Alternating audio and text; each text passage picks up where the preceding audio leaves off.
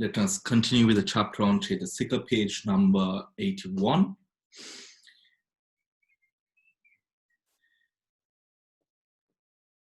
We are continuing with the section on the Sabbachita Sadharana, the universals. We covered up until Ekagatha in our last class. So we'll be continuing with mental faculty, Jivitindriya, today.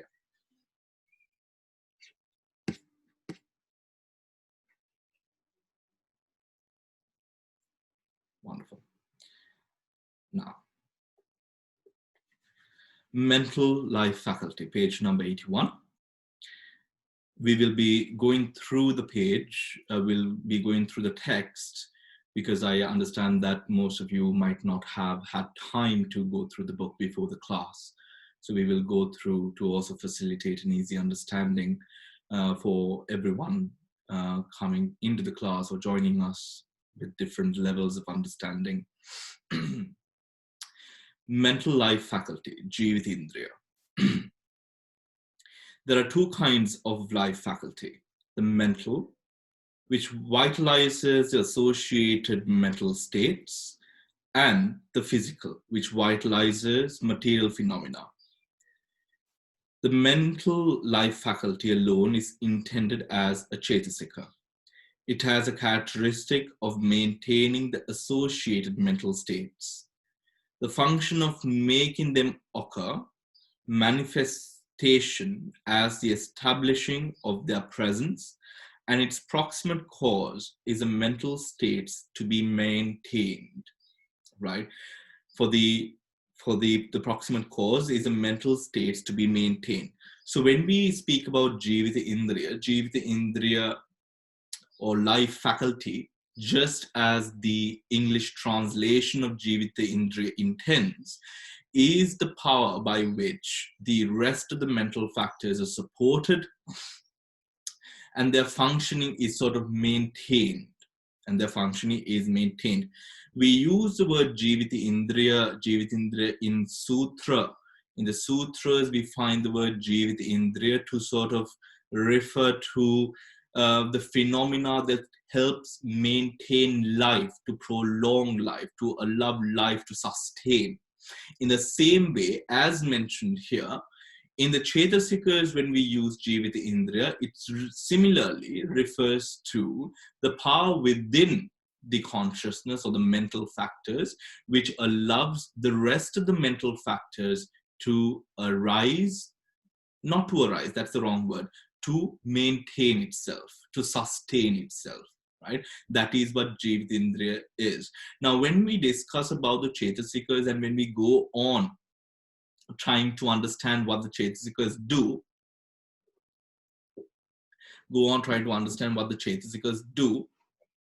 the Cetasikas, we must understand that these are the little things or the little ways that these phenomena comes together. It is not as if it has a predominant role. No, it is the way that it, in its own way, does its own little job, its own respective job in helping the consciousness to operate, right? In helping consciousness to do what consciousness does, right?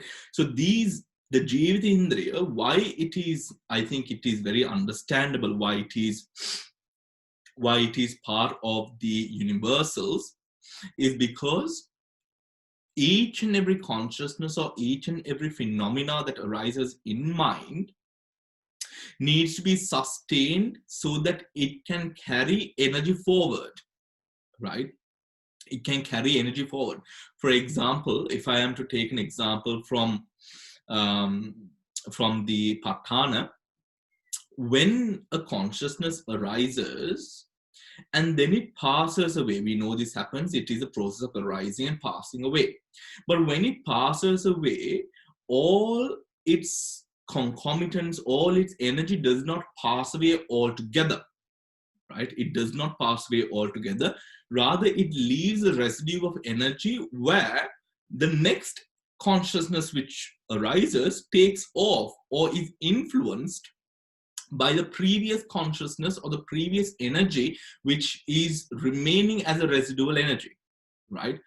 So this is explained in the Patthana to great extent, which we are not going to go into right now. But in that same way, for this continual process to happen, our memory, our personalities, our characteristics, all of these things depend on these vital operations such as Jivita Indriya, allowing a consciousness process to go on, allowing a memory to develop and to be sort of remembered, or to remain in a state where it is accessible, right? To remain in a state where it is accessible. Now, the next, attention, mansikara. Mansikara, the Pali word literally means making in the mind. Attention is the mental factor responsible for the mind's advertence to the object, by virtue of which the object is made to present to consciousness. Its characteristic is conducting, sarana, right? Conducting, sarana, of the associated mental states towards the object. Conducting the associated mental states to the object, by virtue of which the its function is to yoke the associated states to the object, to yoke it, to pull it, right? To keep it combined, to keep it together, right? To the object. It is manifested as confrontation with an object, and its proximate cause is the object, right? Its proximate cause is the object. Similar, I think we have discussed a similar state. For example, Panchadwara Vajana, right? Panchadwara Vajana, or the 5 sense door adverting consciousness. We spoke about the example where, for example, I am speaking to you, I am fully focused on you, I'm fully focused on the lesson.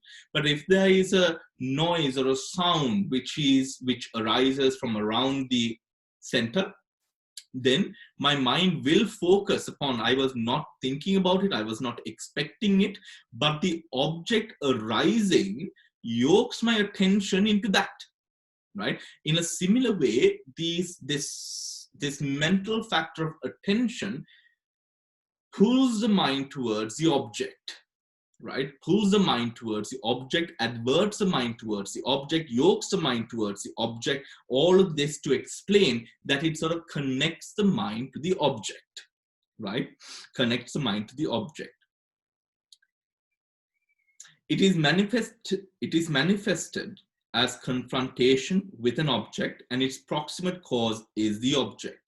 Attention is like a rudder of a ship which directs it to its destination, or like a charioteer who sends a well-trained horses towards their destination. Manasikara should be distinguished from vitakka. While the former turns its concomitants towards the object, the latter applies them to the object. Turns and applies, right? So again, the Panchadwara Vajana, it turns to the object, right? The Panchadwara Vajana consciousness turns to the object. But here in Vitakka, it applies them to the object, right? Applies them to the object. Now, Manasikara is an indispensable cognitive factor present in all states of consciousness.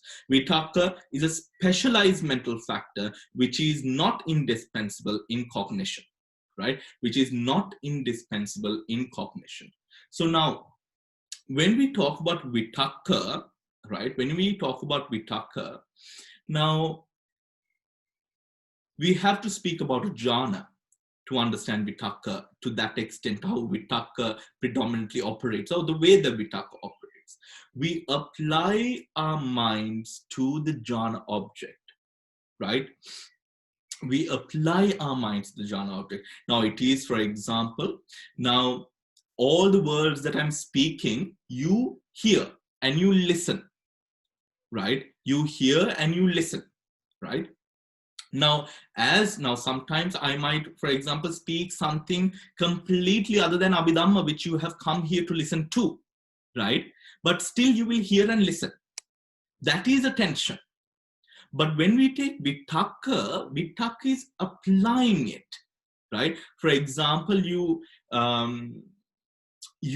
make yourself bake a cake, right? You're applying yourself to the whole action of making a cake. You're putting things together. That is application. And attention is more when if there's a bang at the door, my mind will completely advert to it at the moment. I'll be sort of it will take me by surprise, right? Because it is the object which is the proximate cause here, right? All right. Now, those are the mental factors. Those are the mental factors which are 7: contact, feeling, perception, volition, one-pointedness, life faculty, attention. Dhamsiri, you have a question? Yes, Dhamsiri, you can unmute your mic.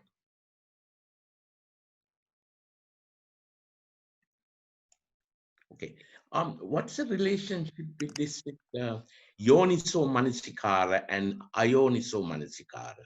Yes. So when we take yoniso manasikara and ayoniso manasikara, when it comes to now, it is yoniso manasikara and ayoniso manasikara is very similar to attention, right? But yoniso manasikara and ayoniso manasikara, Dhamsiri, you tell me what is the consciousness that yoniso manasikara and ayoniso manasikara arises from? Consciousness. Yeah, which consciousness? Sobhana. No, manodwara vajana. Okay, yeah. Right. So for those of you who are unaware of what is yoniso manasikara and ayoniso manasikara, now yoniso manasikara is right attention, ayoniso manasikara is wrong attention, right? Is it wrong attention, which is that the way it's translated? Wrong attention? Improper is a better word. Yes, improper attention. So for example, now let us take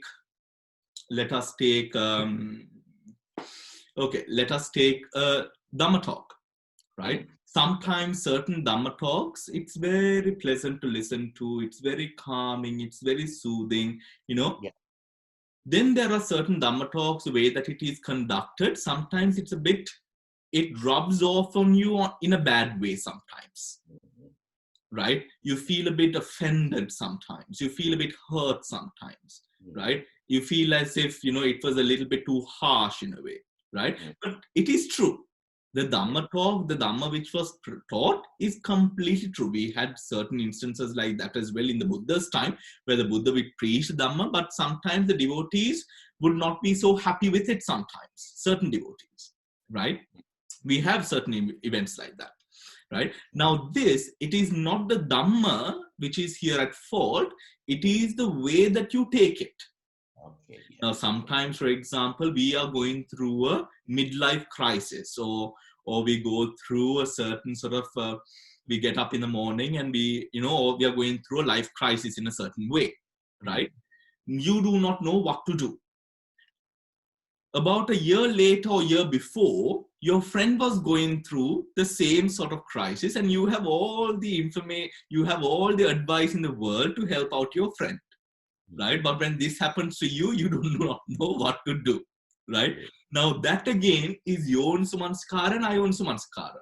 When you are feeling it, because it is more personal to you, the mind is not operating properly. Right? The way that you choose, the pathway by which you cognize. Now, sometimes a person who is not a friend of yours says something to you, right? And you take it in an offensive manner, or you take it in a sort of a way that it hurts you, or you become annoyed and you snap back, right? But what the friend was saying was not anything like that. Now, that again is yoniso manasikara, that is a display of ayoniso manasikara there. Yeah. Right. So that was just for the people who do not know what yoniso and ayoniso manasikara is. So attention here is more of that is Why? The Chetasikas support the consciousnesses, right? Yeah. We must not misunderstand the role of the Chetasikas and the consciousness. Now, for example, something as pivotal to the cognitive process as Yonsu and Ayonsu Manskara, which is conducted by the consciousness, which is Mindo adverting consciousness, or in Pali, Manodwara Vajana, is conducted by Manodwara Vajana. Right? Now, that is a main process. Of course, attention helps this process to happen and go on as well. But the main process of this is that, right?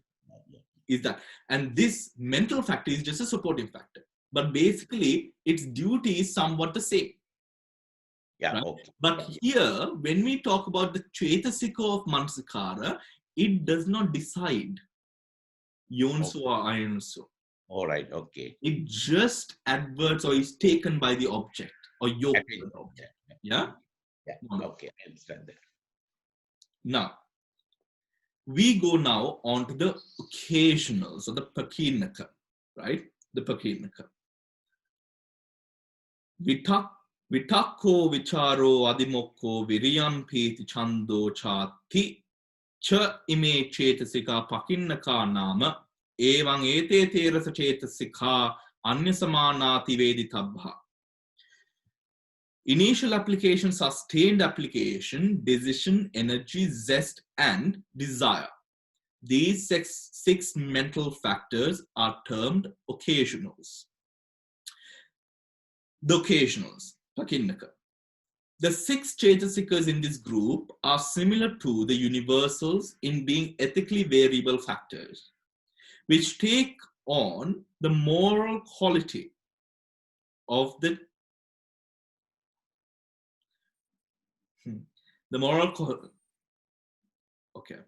quality of the chitta as determined by other concomitants. They differ from the universals in that they are found only in particular type of consciousness, right? I'm going to read that again, right? The six Chetasikas in this group are similar to the universals in being ethically variable factors, which take on the moral quality of the chitta as determined by other concomitants. They differ from the universals in that they are found only in particular types of consciousness, not in all, right? That is understood. Initial application, Vitakka. Vitakka was already introduced in the discussion of jhanas, where it appears as the first of the first five jhana factors. Vitakka is the application of the mind to the object. Its characteristic is the directing of the mind onto the object. Its function is to strike at and thresh the object. It is manifested as the leading of the mind onto the object. Though no proximate cause is mentioned in the commentaries, the object may be understood as its proximate cause. Ordinary vitakka simply applies the mind to the object, but when vitakka is cultivated through concentration, it becomes a factor of jhana. It is then termed appana. The absorption of the mind in the object. Vitakka is also called sankappa, intention, and as such is distinguished as miccha sankappa or wrong intention and samma sankappa or right attention. The latter is a second factor of the Noble Eightfold Path, right? Now, vitakka, we have discussed about vitakka. As it says in the text, we have gone into detail and we've discussed what vitakka is and how it applies. We've just discussed a bit about vitakka in the previous section as well. So, vitakka, let's take a mundane example. Now, vitakka is now when attention is general. Let us say that you're doing a bit of knitting, right? You're doing knitting, right? When you're knitting, you need to keep focus, right?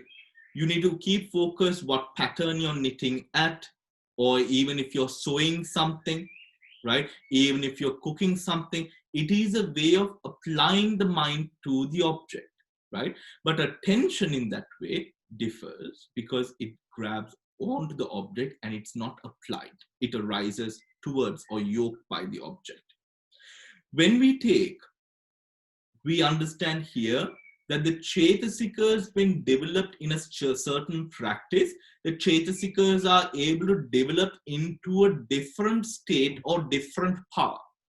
That is, the first example that we come through is Vitakka, where it develops into a jhana factor which now supports a state of absorption. And the second is where it helps us in our development of path towards Nibbana, being the second Samma Sankappa, the second factor of the Eightfold Noble Path.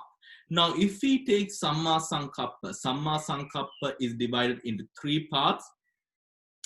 Avihimsa Sankappa, Nekkhamma Sankappa, and Abhyapada Sankappa, right? Avihimsa Sankappa are the thoughts of Avihimsa, the thoughts of Nekkhamma Sankappa. Damsiri, let us know what the translation for Avihimsa is. The Nekkhamma Sankappa are the thoughts of renunciation. Abhyapada Sankappa are the thoughts of non-hate, right? So these Sankappas in this way, these Sankappas is aversion of the mind. Now, for example, let us say you have a thought in your mind which arises not so good, right? You want to now turn this thought into something which is wholesome. Now that is there you find now Vitakka at play, right? Where you apply the mind to a more wholesome object, right? Where you apply the mind to a more wholesome object, right? Do we know the word for Avihimsa Sankappa? Dil might also know, I think, or someone else. All right. So when you find it, put it on the chat so that everyone knows. So I'm very sorry, I forget. Sometimes I forget these words. Very sorry. Yeah. Now, sustained application, vichara. Vichara, also a jhana factor, has the characteristic of continued pressure on the object, right?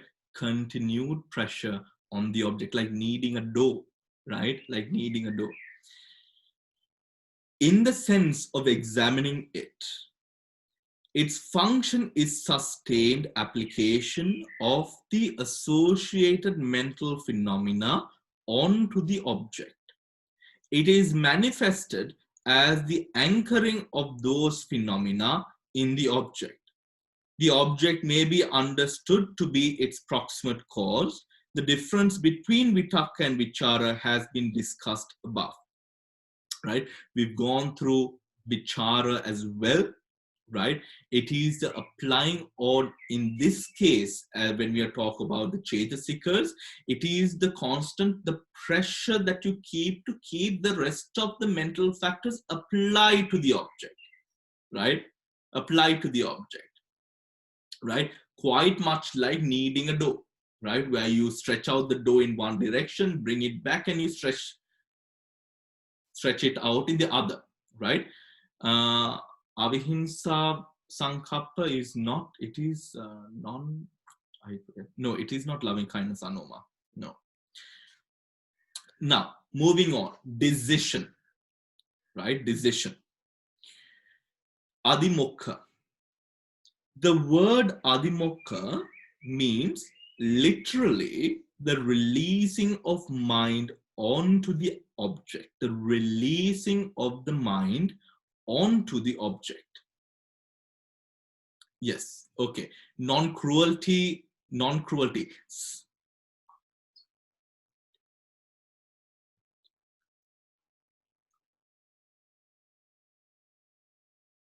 Yes. Well, non-cruelty is actually a word that we can use for Avihimsa Sankappa, Okay, let's settle on that and get back to the lesson. Okay. Right. Now, adhimokha, decision. The word adhimokha means literally the releasing of the mind onto the object. Hence, it has been rendered decision or resolution. It has a characteristic of conviction, the function of not groping, and manifestation as decisiveness. Its proximate cause is a thing to be convinced about. It is compared to a stone pillar owing to its unshakable resolve regarding the object, right? Its unshakable resolve regarding the object, right? Meaning when a stone pillar is held, right, its main function is to support what it is supposed to be supporting, what's on top of it, right? In that way, now when it comes to adhimokha decision, the opposite of adhimokha would be restlessness, right? When we make up our mind with regards to the mind, now for example, when we say we are going to sit down for meditation, right? And we keep on doing, I'm going to meditate from 8 to 9. And you stick on to that resolve and you push yourself forward, or even you don't even need a push because you're so decided that this is what you are going to do, right? That you do it, right? Your decisiveness, because of your decisiveness and that power of decisiveness, you're going to say, okay, I'm going to meditate for 1 hour. You do not have a timer. You don't have a watch near you. You don't have your phone, but you seem to get up as well after an hour, right? Now, this is the power of adhimokha, decisiveness. Sometimes we feel lack of decisiveness, right? Should I eat? Should I not? Should I go? Should I not? Right? Sometimes you get up from your chair and you're like, why did I just get up? Right? Sometimes you open the door of the fridge and you're like, okay, why did I open the door of the fridge? Right? I'm not talking about forgetfulness. No. Right? Sometimes you just don't know why you do certain things. Right? You don't have a purpose behind. Now, that is the opposite of decisiveness. But even for a moment, even with opening the door of the fridge or getting up from your seat, whatever example you might choose to see it in, adhimokha exists in most of those decisions, because even for a split second, you did it. Right? Sometimes I might pick up my water bottle and just keep it down without drinking it. Right? But for a split second, I did pick it up. There is a decision here as well. Right? Although not a powerful one. Right? Although not a powerful one. Going down. Virya. Now, let me just ask, are you guys clear on what we have discussed? Do you have any questions? Padma, are you raising your hand up? Pushpa? Yes. What is the difference between adhimokha and samadhi, Bhante? Well, samadhi would have a lot of adhimokha in it. Right? Well, samadhi would have a lot of adhimokha in it. But samadhi is a consciousness. Samadhi would be, now let us say samadhi is a result of Pushpa. What kind of consciousness would samadhi be a result of? Now you all will stop asking me questions. Forgotten. That's okay, I will answer it. So samadhi is a result of sobana chittas. Sobana, wholesome chittas, right? So that would be the initial samadhi that we would experience, right? So we would meditate with a wholesome mind, right? So powerful samadhi would have, of course, the 3 roots of the wholesome: non-greed, non-hatred, non-delusion operating within it, right? Now that action is done or that made able by the consciousness. Decision is what supports that consciousness to prolong. Right?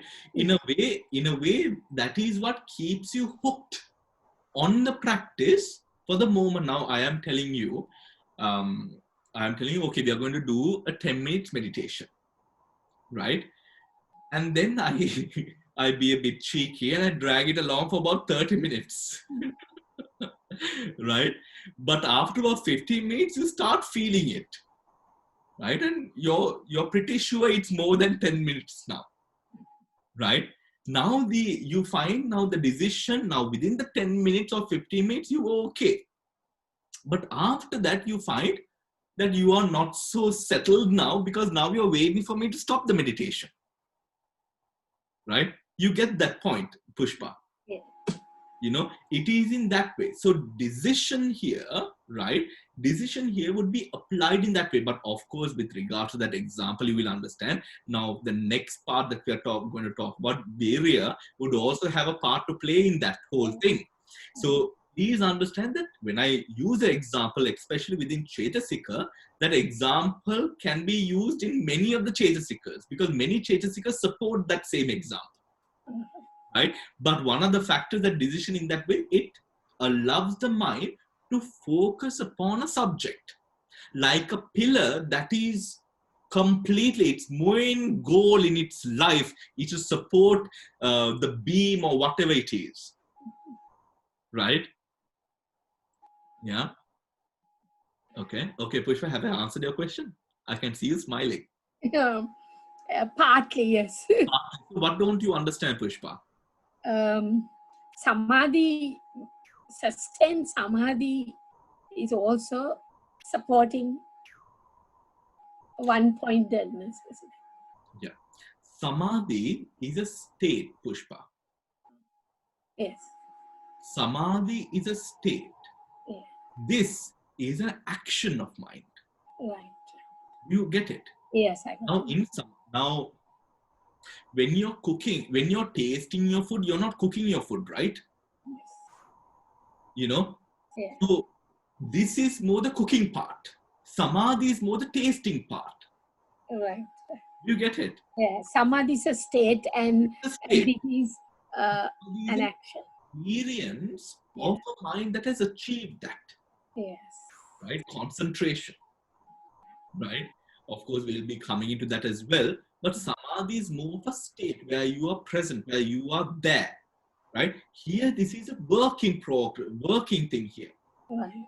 Right? Now, for example, right, I think now Veera will be able to explain this because he's an engineer. Right? Now, the bricks that you put onto an arch, right? You have to put it in a way that the rest of the weight can be taken by it. Isn't it, Veera? Veera is saying yes.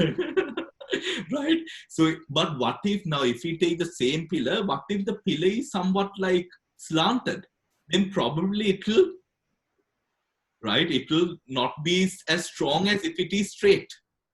Right? Likewise, this decision is about, it's not about the state. It is consistently supporting the primary task. Right? Samadhi is more of the enjoyment of a result. It's an experience. It's an experience. That's the best word to use. It's an experience. Okay, Pushpa? Yeah, thank you. Does anyone else have a question with regards to what we've done? Don't feel shy. And I promise I won't ask questions regarding consciousness. Then we don't have any questions whatsoever for the rest of the chapter. All right, moving on. Right now, energy, virya. Energy, virya. Virya. Sometimes I mistake the Pali pronunciation for the Sinhala pronunciation. It is virya. Virya is a state or action of one who is vigorous. Its characteristic is supporting, exertion, and marshalling. Right? Exertion and marshalling. Now, marshalling is a beautiful word there. right? Its function is to support its associated states, to support its associated states. Its manifestation is non-collapse, right? Its manifestation is non-collapse. Its proximate cause is a sense of urgency, right? The proximate cause is a sense of urgency, samvega, right? Now, when we use the word samvega, to those of you who have some sort of Pali roots in Pali or an Eastern language, even in Burma, the word is in Burmese, the word is samvega, right? Now, in Sinhala, it's also samvega, we use samvega, right? Now, remember, samvega to us might be a rather powerful word, right? But remember, in Pali, like somewhat like the word dosa or hatred, right? The root, it refers to all levels of hatred. Samvega refers to all levels of some sort of a sort of a samvega, or what's the word which is used? A sense of urgency, all levels of a sense of urgency, right? I should cook now, right? From I should cook now, or I should go to the hospital to see her, you know? So all levels of samvega, please remember that, right? So when we say or use even the word urgency, we will not use, it's not a word that we will use lightly, right? It has a sense of depth to that word, but remember, it refers to the most slight levels of urgency as the most powerful and the most moving levels of urgency as well, right? Its proximate cause is a sense of urgency or a ground for arousing energy, a ground for arousing energy.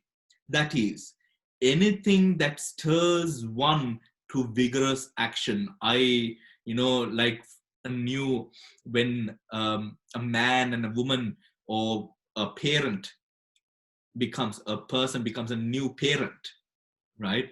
That vigor that you have, I must give this child everything that I possibly can. I must, that vigor that you have as a new mother or new father or whoever, right? Something like that. It arouses that energy, right? Sometimes, let's say there is danger. The house is burning, right? And when you get a sense of the house burning, you run out of the house, right? Now, something like that, it arouses energy. The object causes this energy to arouse itself, right? Energy.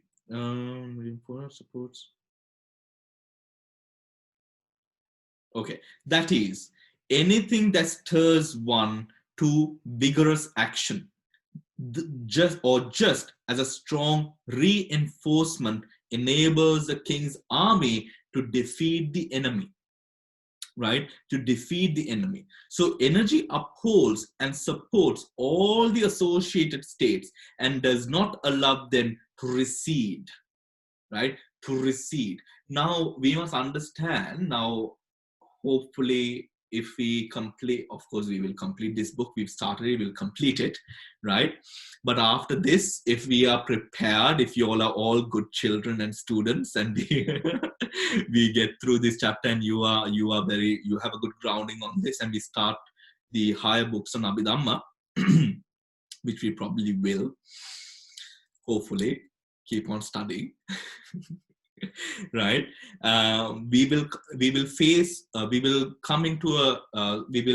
go through something called it is called law of predominance. Right? In the law of predominance, certain mental factors or certain consciousnesses has predominance over the rest. Right, has predominance over the rest. Now let us take I think that's important to understand the role of Virya. I think you all understand, but a bit of a greater depth of what Virya is. Now, for example, you are in meditation, right? And you hear some sound, some rumbling in the kitchen. No one's at home, right? And you wonder, what is that? Right? Now the energy, the samadhi which was predominant has now, or the virya which was predominant, now with the change of consciousness, the element of the predominance, now the virya has switched sides. right, has switched side. Now, as Sri Lankans, we know of this quite well. Okay, that was an unsuitable joke, but okay.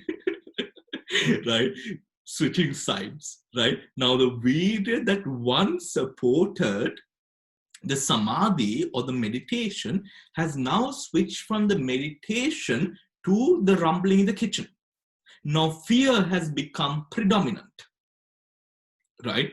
And now you want to find out what's happening. So you're disturbed, right? In that way, now virya, understand, virya as a chetasika is different to virya spoken of, or effort spoken of in the suttas, right? The effort spoken of in the suttas disregard the chetasikas, because we are talking about a practice, a long practice, where here we are talking about a one momentary consciousness. That is very important to understand. In the sutras, now for example, in the sutras, when you make very fluffy bread, right, something that you do is first you make a roux, right? First you make a roux. How do you make a roux? You melt the butter with flour, something like when you make a bechamel sauce, right? And then you mix that into the dough and you mix it into the dough. That makes the bread quite fluffy. Now this has turned into a cooking class, right? That's how you make the dough quite fluffy. You make a roux. Now, your intention was to bake bread, right? But now you see, at one point, your main goal was to succeed in the roux, not to burn the roux, not to dry it out too much, right? To get the right consistency of the roux. But then the attention switch, or rather your effort switch, in this example, your effort switch from baking bread to the roux, from the roux back to the bread, right? The virya can switch. Understand that, right? That is the understanding of the chetasika, right? That is very important to understand. Now moving on to zest, piti. Already introduced amongst the jhana factors, piti has a characteristic of endearing, sampayana, right? Its function is to refresh mind and body, or its function is to pervade, to thrill with rapture. It is manifested as elation. Mind and body, Namarupa, is its proximate cause. Now, this sense of, it is somewhat like after a long day of work, or a long day of gardening, or being in the hot sun, you come back home, you have a cold drink, or you have a cold shower, right? It refreshes you, right? But that sense of refreshment is brought about based on the mind and the body, right? On the mind and the body.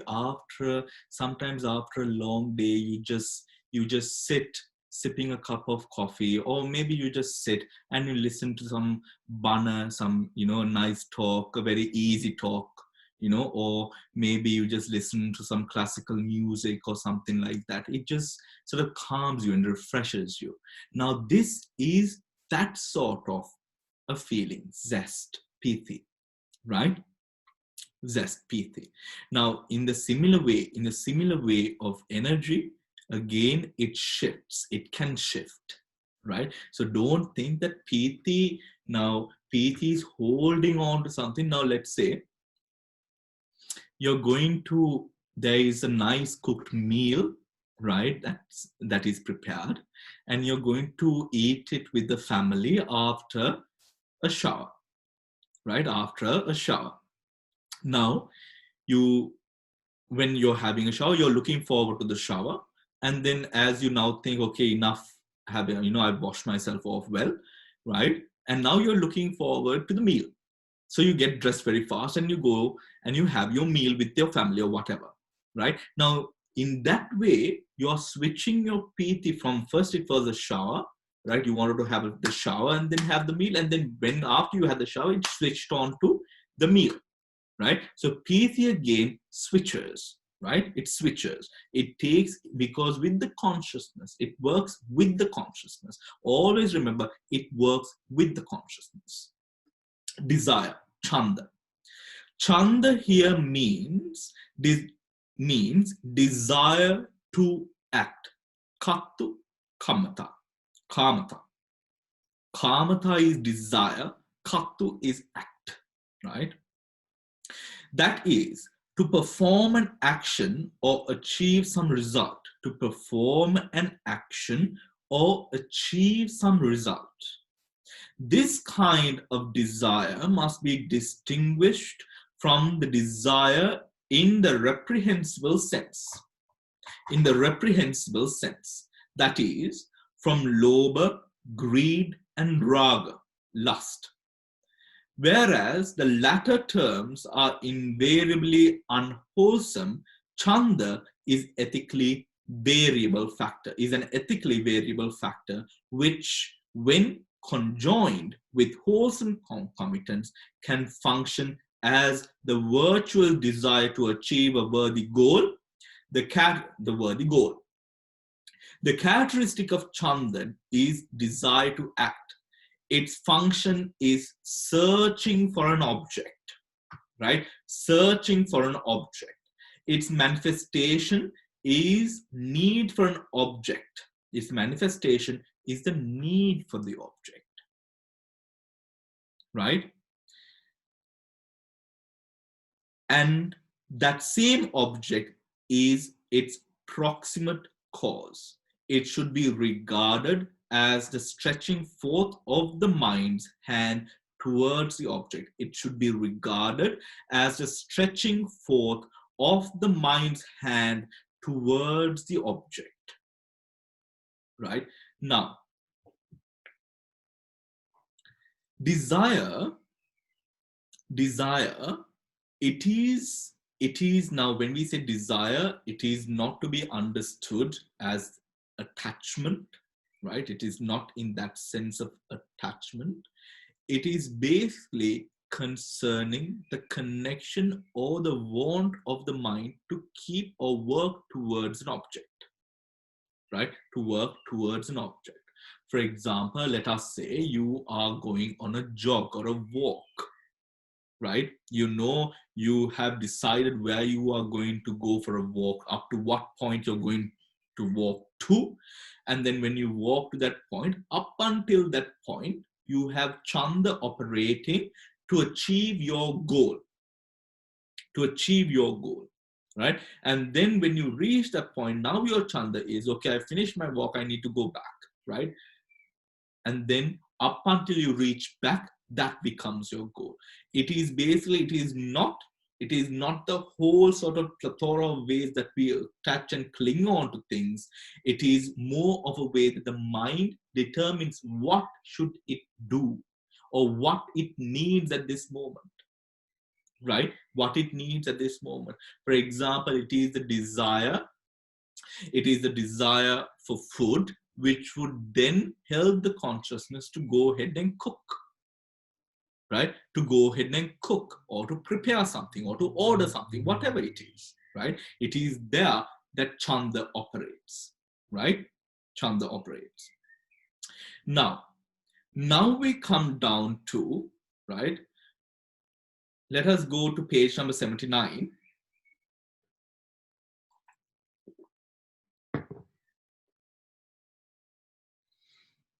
Now, in page number 79, we see the chart, right, of the table. And we have gone through the 7 universals now and 6 occasionals, right? Now we are going into, right?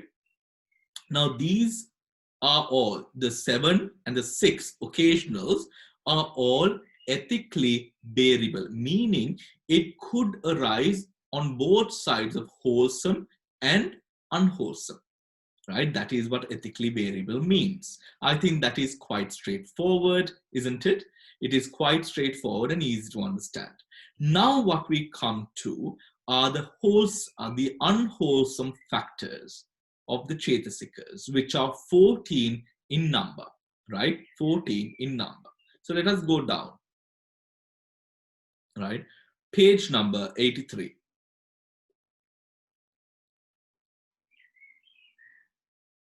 Unwholesome factors. Before we start, do we have any questions regarding what we've completed? The ethically variable factors? If so, you can unmute your mic.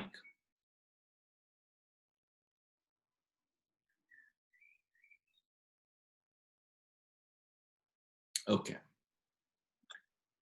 Yes, Lakshman. In a lot of these cases, it mentions object. What do you exactly mean by an object?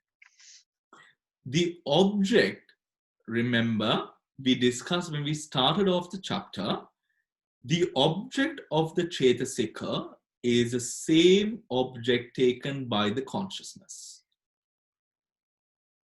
Yeah. Okay, okay, Bhante. So now that okay, Lakshman, was like, yes, but I don't still understand, kind of okay, Lakshman. No, I do understand. I do understand. Yeah. So for example, okay, Lakshman. So just a further example for those of you who don't understand. Now let us take, okay. Let us take the lifting of the bottle. The lifting of the bottle, right? Now, of course, the whole process of lifting the bottle would involve many, many chittas and chetasikas, right? But in now me putting my attention to the bottle and deciding that I want to lift it up, right? Now the object would be the bottle, right? When I touch hold of the bottle and I lift it up, right? The object would be the bottle, but the object could also be where I want to lift it up to. Because now the bottle being in my grip, right, would be, now I have achieved one object. Now the other object is I need to lift it up, right? So the object would always be the same object taken by the consciousness. If we are slapping someone, for example, right? If we are aiming at slapping someone, right? Then the object is that person, right? In a very general sense. But if we are to sort of talk about each and every object, then one object would be lifting the hand, positioning the hand, getting the force onto the hand, tightening the hand, all of those become objects. And then the speed, right? And then the measurement, where am I going to aim? Am I going to go more for the ear or more for the cheek? Right? So in that way, all of that would be objects, right? So, but in a general sense, like the bottle, that is the object, right? So moving on.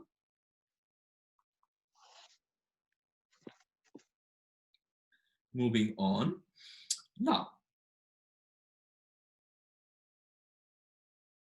the unwholesome factors 14. Akusala Cetasika. Moho ahirikang anotappang uddachang lobo ditte mano doso issa macharyang kukkuchang ti nang middang vichikiccha chati chuddas ime cetasika akusala nama. Delusion, shamelessness, fearlessness of wrongdoing, restlessness, greed, wrong view, conceit, hatred, envy, avarice, worry, sloth, torpor, and doubt. These 14 mental factors are termed the unwholesome, right? First, delusion, moha. Sorry. Moha is a synonym for avidya, ignorance. Its characteristic is mental blindness or unknowing, ajnana. its function is non-penetration or concealment of the real nature of the object. Now we understand avijja a little bit more from this, right?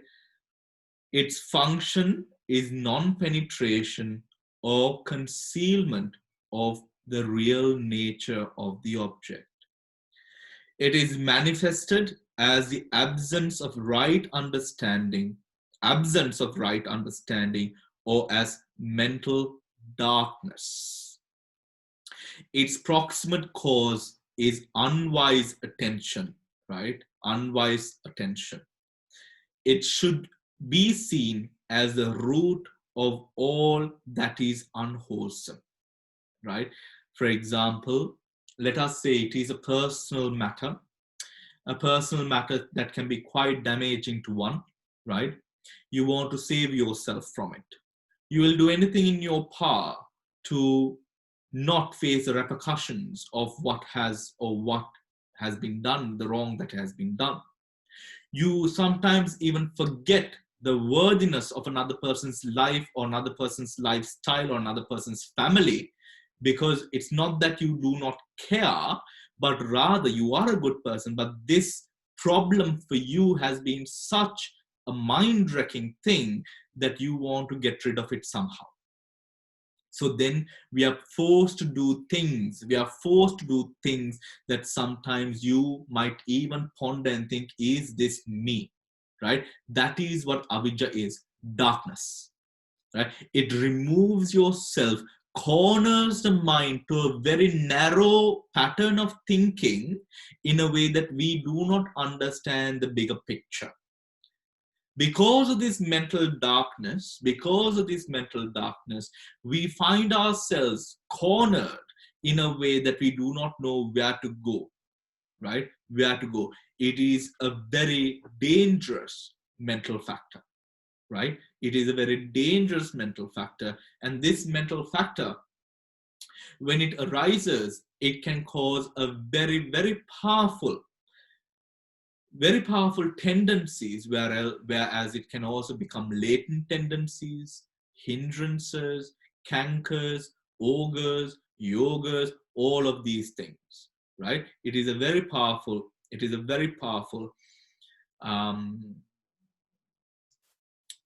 Chetasika, so powerful that the Buddha has also related to this state of mind as the most heinous of crimes that one could do against oneself. The more that one saturates one's actions with this mental factor, one becomes unwaveringly deluded, unwaveringly close-minded, and only focuses on what one thinks is right, right? On what one thinks is right.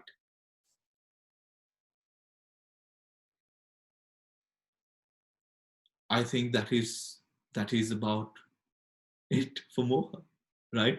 With regards to moha, we find moha associated with almost all of the unwholesome mental factors, right? Unwholesome mental factors, or rather the unwholesome consciousnesses. Now, moving on to shamelessness, right? Ahirika, or the fearlessness of wrongdoing, anuttappa. The characteristic of shamelessness is the absence of disgust at bodily and verbal misconduct. The characteristic of fearlessness of wrongdoing, or moral. I forget whether it's moral or moral, right? All right, moral, okay. Moral recklessness, or moral recklessness, yeah. Is absence of dread on account of such misconduct. Both have the function of doing evil things. They are manifest as not shrinking away from evil. The approximate cause is the lack of respect for self and lack of respect for others, respectively. Now, I think I've mentioned in a lot of my talks right? A lot of my talk, respect, respect, respect. Probably the young people who are also attend, I'm always telling them about respect, because respect, this is, it's like a gateway to being bad. When you lose respect, right? When you lose respect. And for those of us who come from very traditional upbringings, we also know how important respect was in our family, in our families, right? In our families. So respect, here it is the lack of respect, right? And in that lack of respect or that absence, we have no shame for bodily and verbal misconduct, right? Now you find yourself, the more that you meditate, you find yourself developing these intentions, or you do not want to create a scene, right? You are very sort of conservative in the way or where you express your feelings, right? Not that you become an introvert and you become silent, no, but you are more aware of the right place and time, right? You do not want to create a scene. You do not want to pick a fight with anyone who would, or rather raise an argument or a question with a person who would raise your voice. You know, that is something that you would much rather would want to avoid, right? Because of the intensity, the unwholesome intensity of the whole situation, right? And this is the right opposite of that, right? You find yourself increasingly grabbed onto those kinds of unwholesome, intensive moments as well, right? So shamelessness, right? Shamelessness. Now, udacha, restlessness. Restlessness or agitation has the characteristic of disquietude. This, like water whipped up by the wind, its function is to make the mind unsteady. As mind makes a banner ripple, it is manifested as turmoil, right? It is manifested, you know, as we go through these mental factors, I think you can understand, and we can understand, you know, deeper parts of ourselves, right? And deeper ways how these sort of consciousnesses arise within us. And the roots of certain, if you are a person who would maybe relate to restlessness, right? Relate to restlessness. In reading the manifestation, the proximate causes, one should be able to sort of understand it in a personal manner, because we are all with defilement, right? With defilement. It is manifested as turmoil. Its proximate cause is unwise attention to mental disquiet, right? To mental disquiet. So unwise attention to mental disquiet. Unwise attention to mental disquiet. Do you know how to communicate with the mind? Right? Do you have the Dhammas in place which allows for harmonious internal communications? That is what is required to tackle this sort of a mental factor. To tackle this sort of a mental factor, right? Moving on, greed. Greed, the first unwholesome root, covers all degrees of selfish desire, longing, attachment, and clinging. Its characteristic is grasping an object. Its function is sticking. As meat sticks to a hot pan, it is manifested as not giving up. Its proximate cause is seeing enjoyment in things that lead to bondage. Seeing enjoyment that in things that lead to bondage. When we usually go into emotions such as greed, right? Emotions, let us take a mentality such as addiction, right?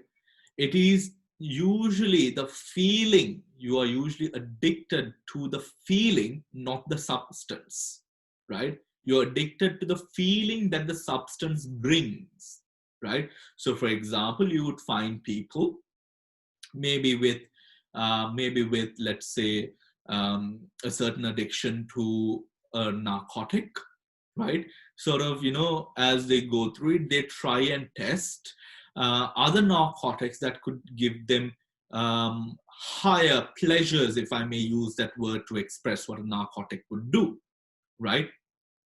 So in that way, it is the feeling that we chase when you are able to, or when you are able to then experience a higher state of relaxation, if I may use that word, in a different narcotic, you let go of the other narcotic that you've been using for several years, right? In that way, we relate to this feeling. It is also in a way to fill up, right? To fill up oneself. So when it comes to greed as a Chetasika, what we are relating to is the attachment that we have. Now, just imagine the wholesome or the ethically variable or the wholesome mental factors that we are going to go to are somewhat clean, are somewhat pure, they're distinct, succinct in their own sort of formed, solid way. These are very sticky, they're gooey, they create a mess almost, right? It is those kinds of mental factors, because when they arise with their friends, when they arise with the rest of the mental factors, it creates a mess in the mind. It does not leave the mind feeling good. You are exhausted. You feel tired, wasted after these sorts of mental factors arise in your mind over a prolonged period of time. That is why sometimes you wake up and they're like, what in the world am I doing? Right? You are tired of something, or you're sick of something, right? That is because if you are a person who has these sort of thoughts arising in your mind, usually there is probably a tendency that your mind is flourishing within these unwholesome mental factors. Then moving on to conceit, mana. Conceit has a characteristic of haughtiness. Its function is to self-exaltation. It is manifested as vainglory. Its proximate cause is greed, disassociated from views. It is regarded as madness. It is regarded as madness. Why? Because it is a complete hoax.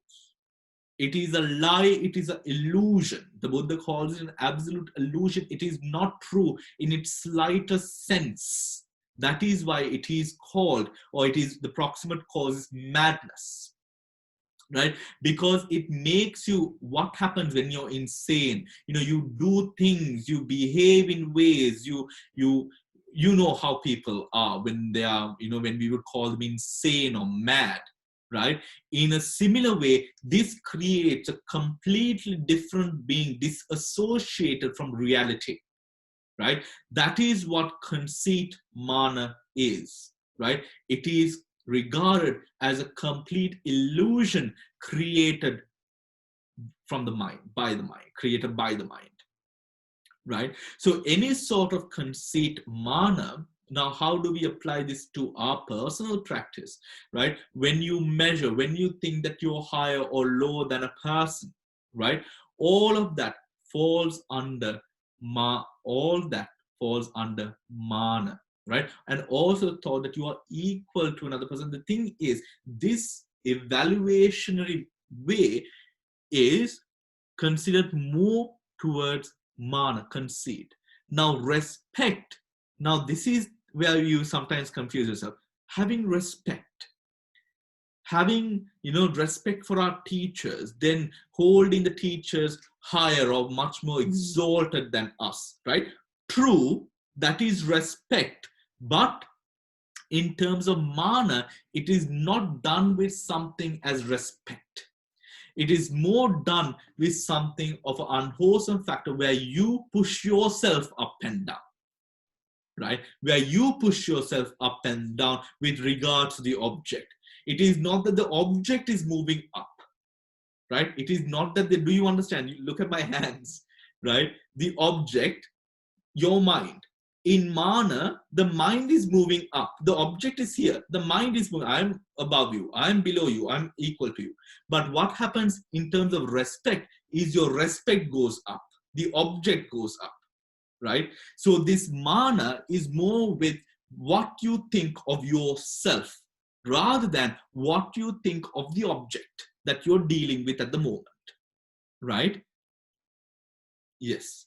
So this can also come down to, I think it has a great sense of relativity to the way that we discipline our kids. Sometimes we empower them, but sometimes in disciplining them, we sort of belittle them, right? We belittle them and make them feel smaller, right? Which is not a very effective manner, Moving on from mana to dosa, hatred. Dosa, the second unwholesome root, comprises all kinds and degrees of aversion, ill will, anger, irritation, annoyance, and animosity. Its characteristic is ferocity. Its function is to spread or to burn up its own support. Look at that, burn up its own support. The mind and body in which it arises, it is manifested as persecuting, and its proximate cause is a ground for annoyance. Now, the manifestation as persecuting, what is that? Let us take an example.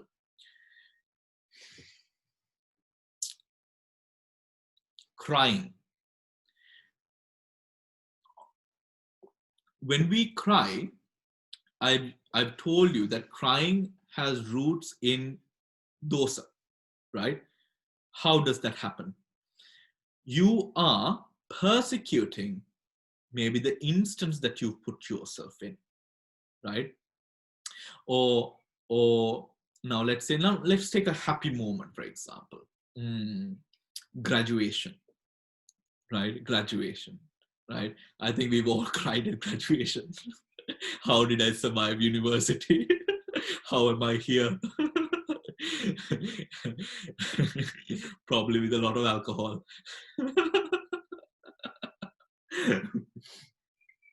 So, and most people cry, they're very emotional, right? Why? We call these happy tears, right? But where is the sense of persecution? The sense of persecution would here be at maybe the difficulty that you went through, right? At maybe the sense of persecution when you were at one point in disbelief that you will even get through university at all, right? Maybe it is a persecution of how much of difficulty you had to go through university or face to reach that state of graduation. That is the persecution, right? Sometimes when you find yourself in a precarious situation, the sense of or when you cry, you're like, why did I get myself into this vexed situation, right? That is a sense of persecuting that we are here referring to, right? Now, envy is sa. Does anyone have any questions up to this point? If you do, please do not hesitate to just unmute your mic even if I'm going on in the class. Huh? Issa, envy. Yes, Damsari.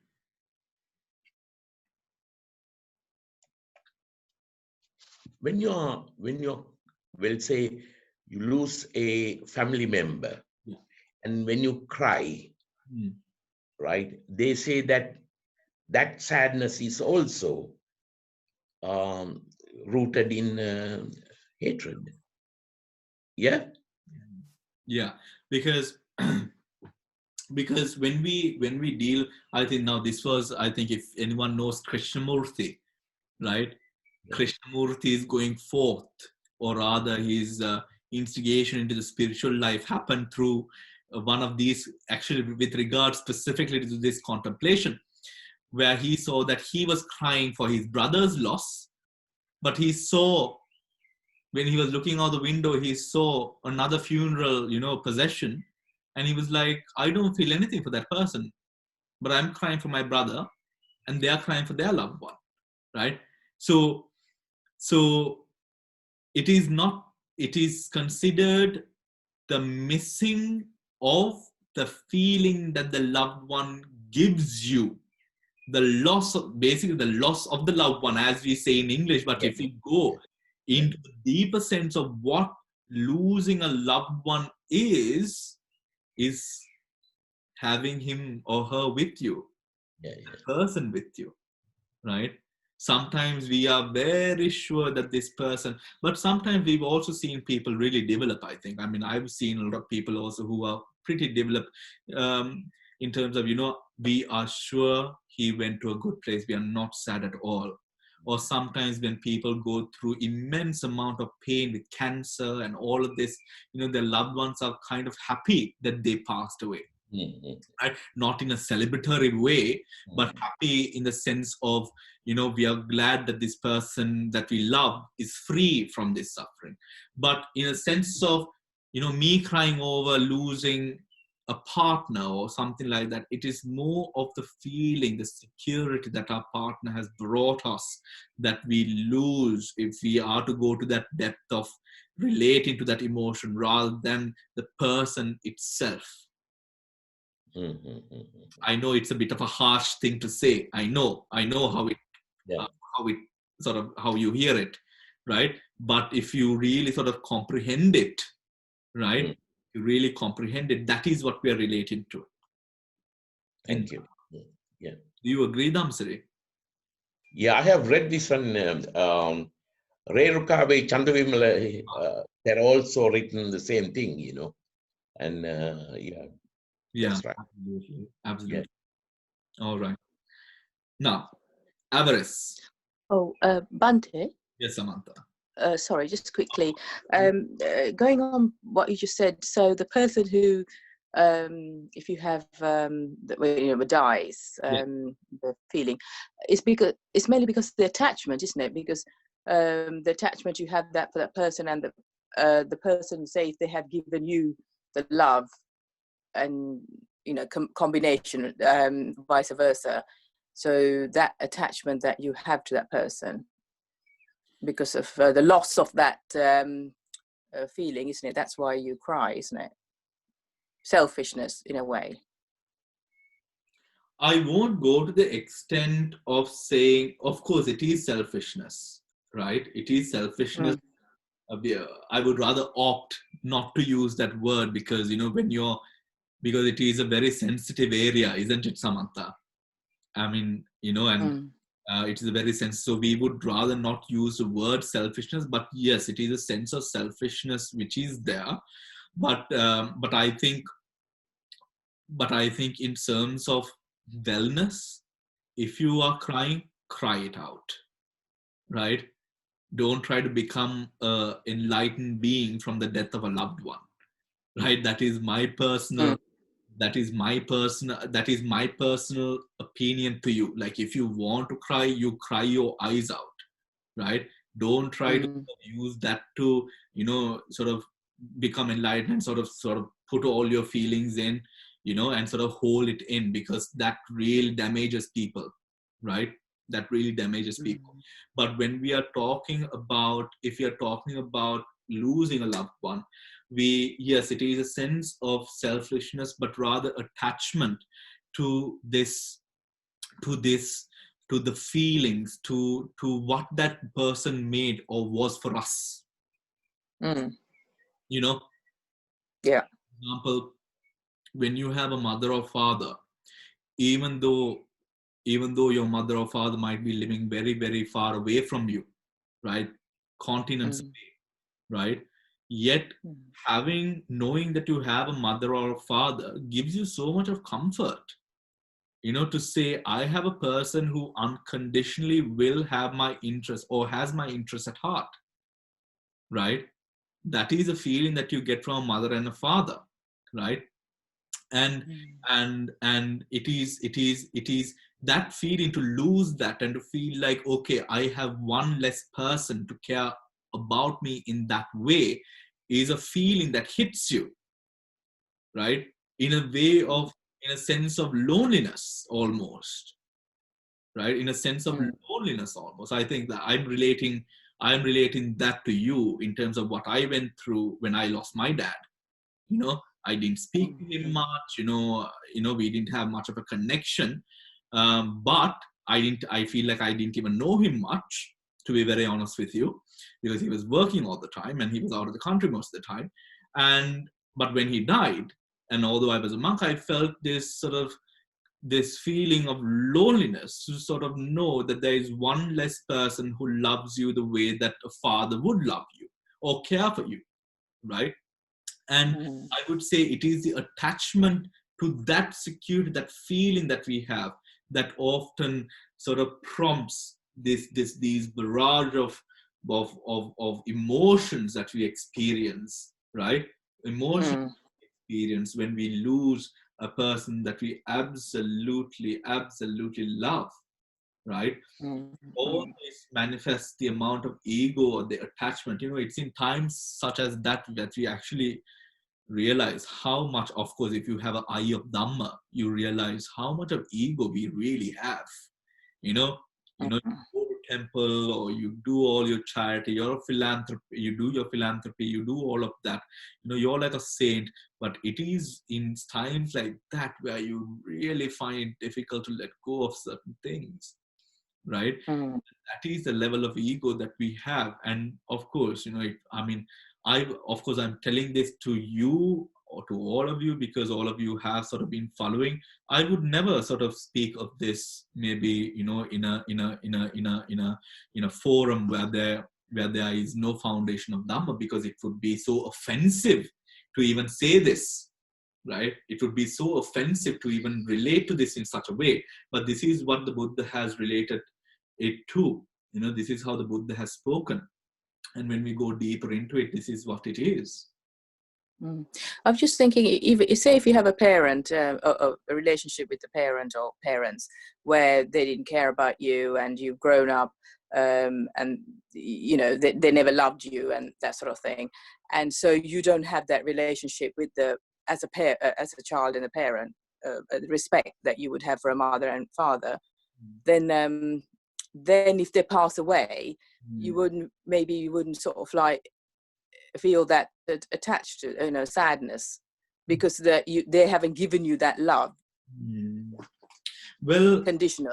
I have a not a devotee, actually. She's more of one of my best friends, and like most of my best friends, they are 50 plus for some reason. and so she grew up with her grandfather, came from a very, very eminent family, and so the mother was a socialite in Colombo, so she was never at home as well. So she grew up she grew up, and now being 50, lost the mother 5 years ago, and she never knew the mother, right? Just an example, Samantha, because I think this would very much explain. And she never knew the mother, right? So when she was sick, she took me to the hospital, and I told her, now she doesn't know the mother. She doesn't know what the mother eats. She doesn't know what the mother likes. She doesn't know what the mother does. She doesn't know anything, right? But she was a very good daughter in a way. The mother, tried to give the legacy to her, and she was like, no, I don't need any money. You can just use it to enjoy, just enjoy your life. You don't need to leave us anything. And, she was a good daughter in that way, but she never knew the mother. But so when she was passing, I said, okay, you might not know the mother, but make sure that you go and you do something for her, right? Now, this is a woman that she never had a connection with. Do something for her. And when I was there, she said, my friend was like, what would you like to eat? And she said, I have a thing she died of cancer. So she was like, I feel like eating some McDonald's, right? So the daughter was like, okay, I'll bring McDonald's next time you come. And I was like, no, send the driver and get McDonald's now, right? So the driver was standing outside the door. So I called the driver. It's not even my driver. I called the driver. I was like, go bring McDonald's, right? And I sent the driver off. And I told her later on, I was like, Imeshi, go. I'm sorry. I was like, go. I said her name. Sorry. Hope she doesn't listen to this. So I was like, go and do something for the mother, right?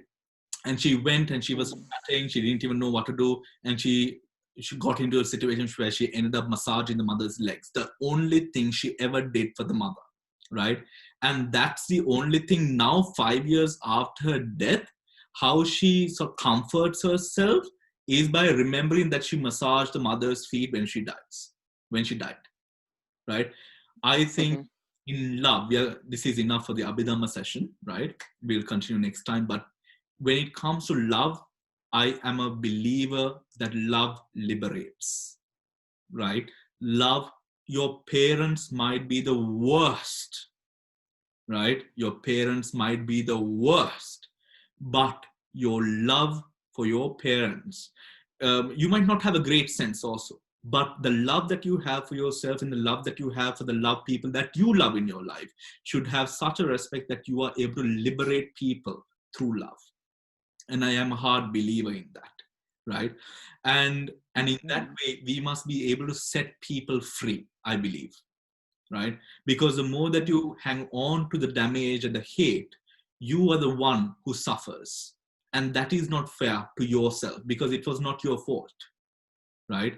To set yourself free, we must set others free, right? We must set other people free. And in that way, Samantha, I really believe whatever the relationship that we have with our parents, everyone makes mistakes. But the thing is, I also understand that many people, they find it difficult to do this, right? Even when it comes to hard talks with my mother, it is very, very challenging because parents just don't want to hear, they just don't want to hear their mistakes. Not probably because in their minds, they want to feel as if they've done the best for their children, right? And probably in their capacity, they have, right? In their capacity, they have. So with that, we as people trying to live with Dhamma, this is where real Dhamma is, where we liberate people through love, right? Where you and this is a very good thing, Samantha, even for the people who we have as partners or people that we are trying to get into relationships with. Even them, we must make sure that we do express our love, that we do express how the gratitude that we have for their affection and for the time that we have spent together or whatever it is.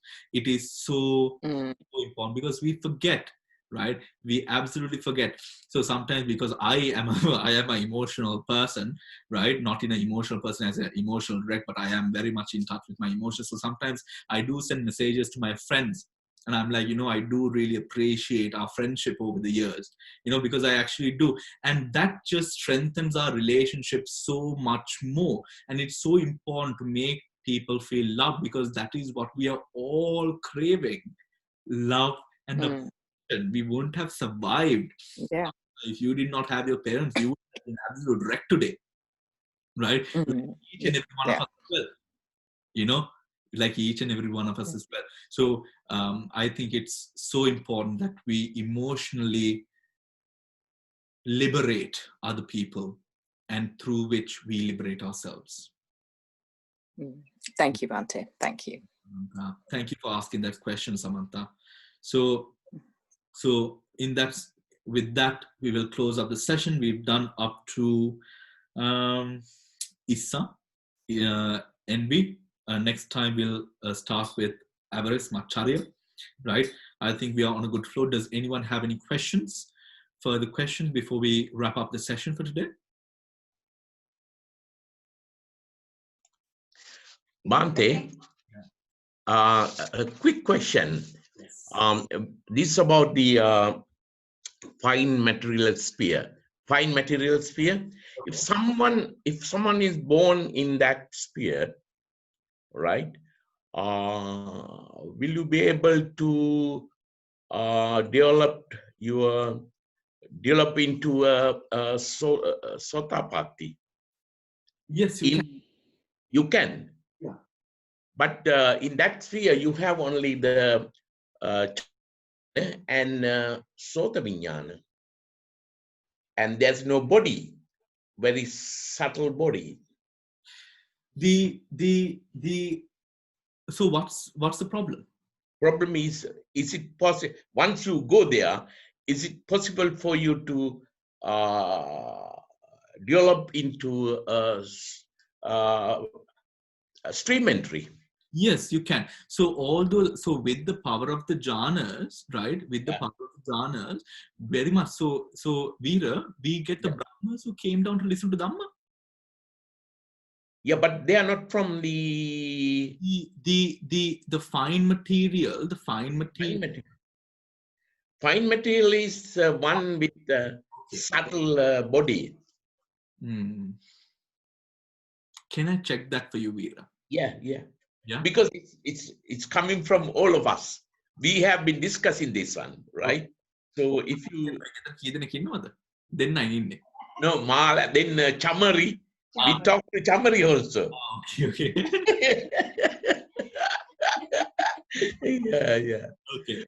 The question is. Yeah. By any chance, if you go there, if you can't develop in your path to nirvana, then you are stuck there. And by the time when you come back, even your dog must have reached the Sotapatti. Probably because the time difference is too high. Probably when you come back, probably the world is also not there. Yes, that's right. Yes. So there is a danger. That point, of course, I remember. But let me find out. Let me look into the book and find out for you for sure. Right? Yeah. Next. Okay. Thank you. So Chamari is saying whether it's fine material, whether it's Rupa Vachara or Arupa Vachara. It's a Rupa Vachara. Okay. Arupa Vachara, I think it says, I read in some Arupa Vachara, definitely you can't reach Sotapatti. Yeah. Because you don't have the faculties. Yeah, you can't reach Arupa Vachara Sotapanna, you can't reach. Yeah. All right. So I will find that answer for you next time, Veera. So does anyone else have a question that they would like to ask?